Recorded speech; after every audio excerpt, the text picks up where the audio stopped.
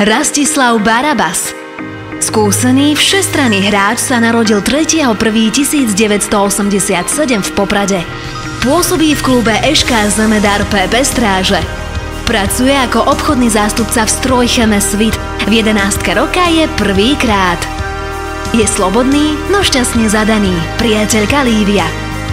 V doterajšej futbalovej kariére pôsobil stále s výnimkou menších prestávok v materskom klube. Dúfa, že jeho najväčší úspech ešte len príde. Jeho futbalovým vzorom je Nani. Záľubami sú šport, cestovanie, oddych a samozrejme priateľka. Ako sa vyjadril, človek si musí dávať krátkodobé ciele, aby sa v živote pohol dopredu. Ak mu bude zdravie slúžiť, tak sa chce naďalej aktívne venovať futbalu a v budúcnosti by chcel podporiť rozhodcovský zbor. Počet získaných hlasov 11.